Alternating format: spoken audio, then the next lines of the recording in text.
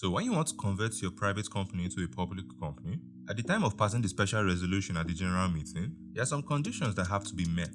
According to section 56 subsection 2 of CAMA, the conditions are 1. That the company has a share capital. 2. That the requirements of its share capital have been met. 3. That requirements of its net assets have been met. 4. If there are recent allotments of shares for non-cash considerations, that the requirements are met. And 5. That the company has not been previously re-registered as an unlimited company. Now, for the first requirement, if you're a company, obviously you have to have a share capital. This gives you a baseline so that you'll be able to issue shares to potential investors. Now, for the second requirement, as seen in section 57, firstly, you have to make sure that the issued share capital is not less than 2 million naira if you want to convert. Then at the time of passing of the resolution, you have to make sure that the parts of shares that you have allotted have been paid up. So if it's a nominal value, it has to be paid up at least 1/4. And if there's a premium on it, the whole of the premium on that share has to be paid up. I'll give you an example. So let's say a company's issued share capital is 1 million naira divided into 1 million shares as 1 naira each, and it has allocated all of it. The investors have collected the shares. They haven't paid for them yet, but they are bound to pay for them. So if this private company wants to convert to a public company, all the investors must have paid 1/4 of that 1 naira per share. So basically, they should have paid at least 25 kobo of that share. Now, if initially the share was sold to them at a premium, that is, above the par value or nominal value, let's say, for example, 5 naira per share instead of 1 naira per share, then that 4 naira, which is called a premium, they have to pay the whole of it. So now, in the case of a person that has bought shares at a premium, what he has to pay up is at least 1/4 of the nominal share and the whole premium on it. Meaning if he bought the shares at 5 naira above the nominal value of 1 naira, he is required to pay 4 naira and 25 kobo. If the investor decided to pay with something other than cash, and he has promised that he will do some work to pay for the shares, which will be money's worth of the shares, at the time of conversion of the company, he must have fulfilled that obligation. If it's consideration other than cash that he decides to pay with, for example, land, and the investor has promised to give the land to the company as a price for the shares, then at the time of passing the special resolution, that land should have been given to the company, or a contract should be made to that effect, that the land must be given within 5 years of when the special resolution will be passed. So for my contract peeps right here, this is present and future consideration respectively. There cannot be past consideration. Now, there can be an instance where the company can have an employee share scheme. This is where the company reserves some shares for its employees, which they would either pay with work services or minimum deductions in salary over time. This is meant to give some ginger to the employees. And also, if the employees have shares in your company and are part owners of your company, chances are that they're going to work really hard to make sure that the company doesn't sink. Now, because of the way these employee share schemes are set up, they don't have the same requirement of having to pay up its shares like the normal investors, because they are paying at a slower rate. So for their sake, CAMA decides to disregard some shares in the computation. But CAMA will only disregard 1/10, which is 10% from what has been allocated in the employee share scheme. They have to pay the remaining 90% or 9/10. I'll give you an example. So let's say the company has an issued share capital of 1 million naira divided into 1 million shares at 1 naira each, and has kept 100,000 naira aside for its employee share scheme.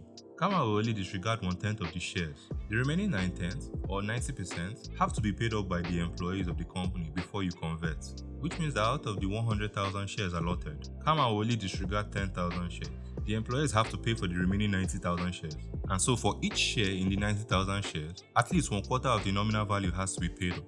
So if you do the math, that's 25% of 90,000 shares, which will give you 22,500. So what this means is that if the company allotted 100,000 shares to the employee share scheme, the employees are required to pay for 22,500 shares before the conversion.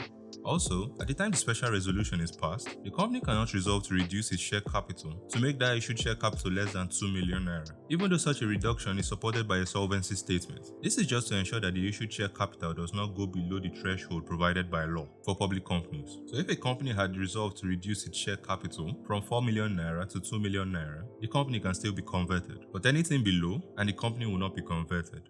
Now, looking at section 58, the requirements as to its net assets. You have to ensure that a balance sheet is prepared as at a date not more than 7 months before the date on which the application is delivered to CAC, which means that CAC wants to observe your recent transactions, not the old ones. CAC also requires an unqualified report by the company's auditor on that balance sheet. Unqualified means a complete report. No errors, and there have to be no lapses too. CAC would also need a written statement by the company's auditor that in his opinion, at the balance sheet date, the amount of the company's net assets was not less than the aggregate of its called up share capital and undistributable reserves. The company's net assets are basically the company's total assets minus the company's total liabilities. So basically things that bring in money and value minus liabilities and debts that drain money. As for called up share capital is the share capital that the company has made a call on. This can consist of the paid up shares that the investors have paid and the unpaid shares that the investors are yet to pay. Undistributable reserves are basically profits that you cannot distribute, meaning that you cannot share dividends on them to the investors, but they have to be reserved. So examples of undistributable reserves are a share premium account and capital redemption reserve. So let's put it all together. If the company's net assets is more than its called up share capital and undistributable reserves, it means that the company is solvent and has enough capital to run business. If the reverse is the case, and the company's net assets is less than its called up share capital and undistributable reserves put together, then it means that the company is going broke. It hasn't necessarily reached the point of insolvency yet, but the company doesn't have enough assets for a public company. Now as for section 59, which is talking about recent allotment of shares for non-cash consideration, subsection 1 is saying that between the date on the balance sheet and the time that you want to pass the special resolution, you should avoid recent allotment of shares for non-cash consideration. The reason for this is that it can be used to inflate numbers and give a fake increase of the company's issued share capital. For example, you would all of a sudden see almost 1,000 investors saying that they want to give land worth 100 million naira and they want to use it to buy shares. And then these people can easily make a contract with the company saying that they will pay within 5 years of passing the special resolution. And in reality, they know they are not going to do it. Before the 5 years elapse, both parties agreed to terminate the contract, and they would have successfully deceived CAC into thinking that they had a high share capital in the first place. So this is why recent allotments of shares for non-cash consideration are generally not acceptable.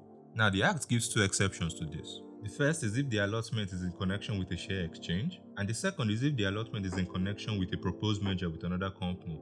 So what's a share exchange? That's when a company allots shares to shareholders in another company, and if those shareholders in the other company want to pay, instead of paying with cash, they choose to transfer shares from that other company to your company, or they cancel some of their shares in their company. What is a proposed merger? It's when one company plans to acquire all the assets and liabilities of another company in exchange for issuing shares or other securities. So basically, in a merger, one company is absorbing the other, and then the shareholders of the absorbed company would receive shares in the acquiring company.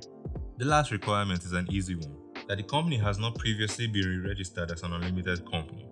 And now that we are abreast with all the conditions, we can now dive into the procedure for converting a private company into a public company. Thank you very much for watching my video. If you like what you just watched now, please like, subscribe, and share with your friends. Also, please feel free to hit the notification bell so that you get updates when my videos come out. Engaging with the content actually helps the algorithm see my videos, so I get to share it with more people. Don't worry, we'll be getting more content like this. Have a great day.